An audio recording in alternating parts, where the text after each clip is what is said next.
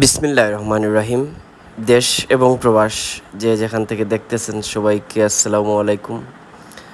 আলহামদুলিল্লাহ, এতিম ও কুরআনে আলোকিত পাখিদের জন্য মৌসুমি ফলের আয়োজন। আলহামদুলিল্লাহ, আজকে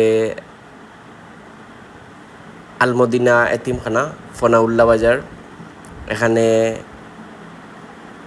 এতিম ও কুরআনে আলোকিত পাখিদের জন্য মৌসুমি ফলের আয়োজন করা হয়েছিল। আমাদের মানবতার গড়ের পক্ষ থেকে মহান রাব্বুল আলামিনের নিকট শুকরিয়া আদায় করি।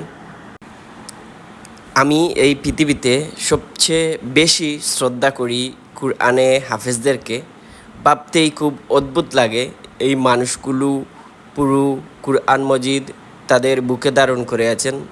এর চেয়ে গর্বের ও মর্যাদার অহংকারের বিষয়